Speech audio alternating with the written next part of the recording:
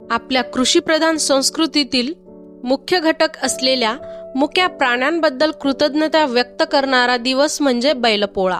बैलपोळ्याचा हा सण सर्जा राजाचा हा दिन. बळीराजा संगे जो राबतो रात दिन, सांगा आम्हा कैसे फेडावे तुझे हे ऋण. नमस्कार. भारतामध्ये अनेक जाती, धर्म आणि पंथाचे लोक राहतात. त्यामुळे आपल्या देशात नेहमीच विविध सण साजरे केले जातात. मुख्य म्हणजे आपल्या धर्मात आपण अनेक सण त्या ठिकाणच्या पद्धतीने साजरे करतो. मात्र सोबतच आपल्या पशुपक्ष्यांसाठी आणि इतर पाळीव प्राण्यांसाठी देखील सण साजरे करण्याची परंपरा आहे. हिंदू धर्मात श्रावण महिन्याला विशेष महत्त्व आहे. हा महिना सणांचा राजा आहे. या महिन्यातील शेवटचा सण म्हणून पोळा हा सण ओळखला जातो. यानंतर भाद्रपद महिना सुरू होऊन गणपती बाप्पा येतात. चला तर बैलपोळा सणाचे महत्त्व, माहिती, पौराणिक कथा जाणून घेऊया.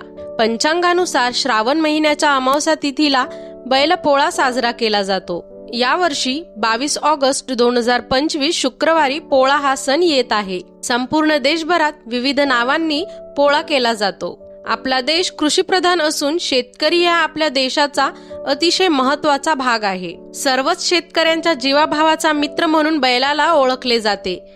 याच बैलामुळे शेतकऱ्याला शेतातील पीक पिकवण्यासाठी मोठी मदत होते. त्यामुळे या दिवशी महाराष्ट्रात बैलांप्रती कृतज्ञता व्यक्त करण्यासाठी बैलपोळा साजरा करण्याची पद्धत आहे. शेतकऱ्यांप्रमाणे बैलही शेतात रात्रंदिवस राबतात, कष्ट करतात.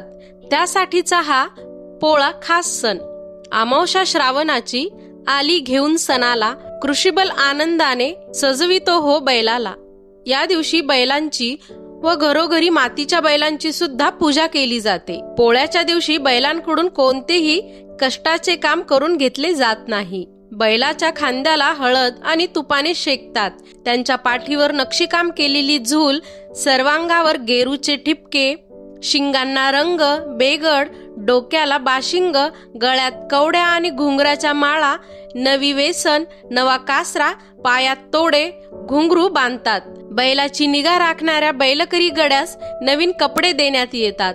बैलांना जेवण्यासाठी या दिवशी पुरणपोळी करून नैवेद्य दाखवला जातो. प्रत्येक शेतकरी आपल्या बैलांचा साजशृंगार करतात, त्यांची मिरवणूक काढतात. घरातील स्त्रिया बैलांचे औक्षण करतात, त्यांची पूजा आरती केली जाते. संध्याकाळी वाद्यांसोबत त्यांची मिरवणूक काढली जाते. हा सण महाराष्ट्रात मोठ्या उत्साहात साजरा करण्यात येतो. खास करून विदर्भ, मराठवाडा सोबतच मध्य प्रदेश आणि छत्तीसगड प्रदेशातही हा सण मोठ्या उत्साहात पार पडतो. पौराणिक कथेनुसार कैलास पर्वतावर भगवान शंकर व माता पार्वती सारीपाट खेळत होते. शेवटी माता पार्वतीने डाव जिंकला, पण भगवान शंकर म्हणाले की डाव मी जिंकला.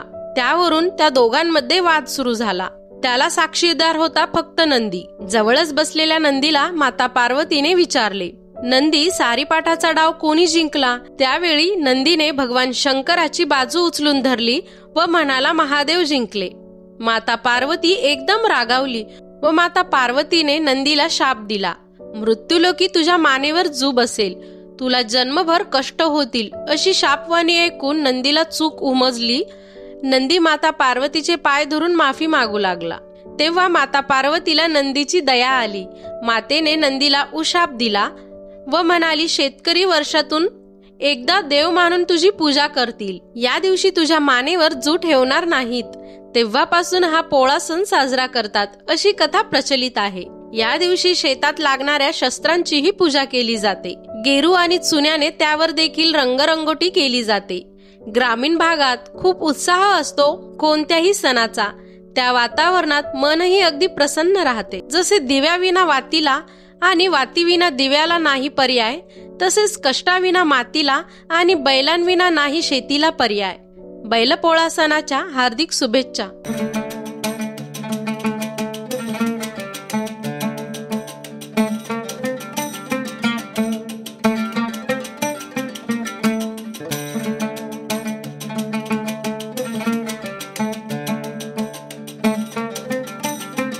हर हर महादेव.